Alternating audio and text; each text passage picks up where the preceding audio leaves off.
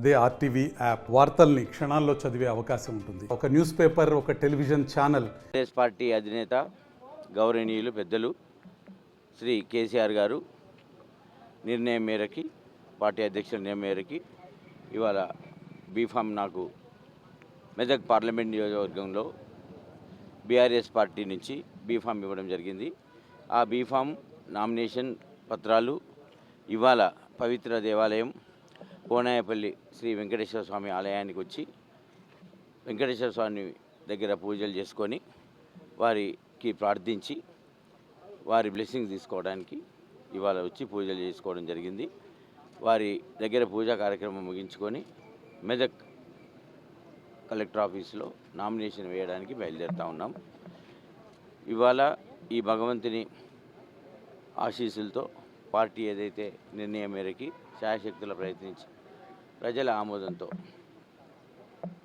ఘన విజయం సాధిస్తూ ఉన్నాం. మెదక్ పార్లమెంట్ సీటుకి బీఆర్ఎస్ పార్టీ అభ్యర్థిగా ప్రజల ఆశీస్సులు నాకు ఇవ్వాలని చెప్పి ఈ మెదక్ పార్లమెంట్ నియోజకవర్గంలో ఉన్న ప్రతి కుటుంబంలో ఒక కుటుంబ సభ్యునిగా ఉండి వారి ప్రజాసేవలోనే పూర్తి స్థాయిలో నిమగ్నమై వారి కుటుంబ సభ్యునిగా ఉంటా అని చెప్పి జిల్లా అభివృద్ధి, ఈ 3 జిల్లా కేంద్రాలు ఏవైతే మెదక్ పార్లమెంట్ నియోజకవర్గంలో వస్తున్నాయో వీటిని అభివృద్ధి బాటలో ఉంచడానికి కేసీఆర్ గారు, అదేవిధంగా శ్రీ హరీష్ రావు గారి ఆధ్వర్యంలో, స్థానిక శాసనసభ్యుల ఆధ్వర్యంలో, ప్రజాప్రతినిధుల ఆధ్వర్యంలో అందరి సూచన మేరకు ప్రజాసేవలో అంకితమవుతానని చెప్పి ఈ భగవంతుని సాక్షిగా చెప్తూ, ఏదైతే నేను పర్సనల్గా ట్రస్ట్ కార్యక్రమాలు పేద విద్యార్థులకు, విద్యార్థినులకు, పేద కుటుంబాలకు పెళ్లి చేసుకోవడానికి 1 రూపాయికి ఫంక్షన్ హాల్ ఏదైతే నేను ఇవాళ పెట్టుకొని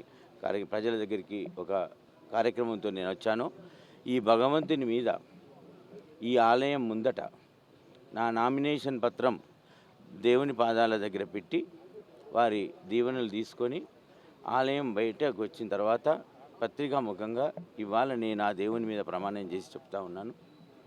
ఏదైతే నేను 100 కోట్ల ట్రస్ట్ కార్యక్రమాలు పెట్టి నిరుపేద కుటుంబాలకు విద్య,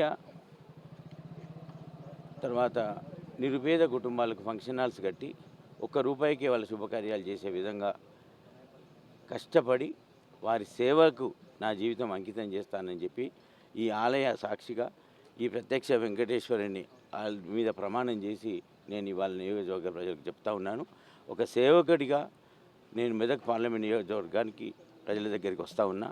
ప్రజలు నన్ను ఆశీర్వదించి కలెక్టర్గా, ఉన్నతాధికారిగా నన్ను ఆదరించిండ్రు. ఇవాళ వాళ్ళ ఆదరణే ఇవాళ నాకు నామినేషన్ నా చేతికి దిక్కడం నా అదృష్టం. ఆ ఆదరణను ఇంకా నాకు మళ్ళీ ఒకసారి ఇచ్చి ఆశీర్వదించి ఘన విజయంతో నన్ను పార్లమెంటుకు పంపినట్టయితే వారి కుటుంబాలలో సేవకుడిగా ఉంటా, ప్రతి అన్నదమ్మునికి అన్నలాగా తమ్ముడిగా ఉంటా అని చెప్పి భగవంతుని మీద ఇవాళ ప్రమాణం చేసి చెప్తా ఉన్నాను. నిరంతరం ప్రజాసేవలో ఉంటాను.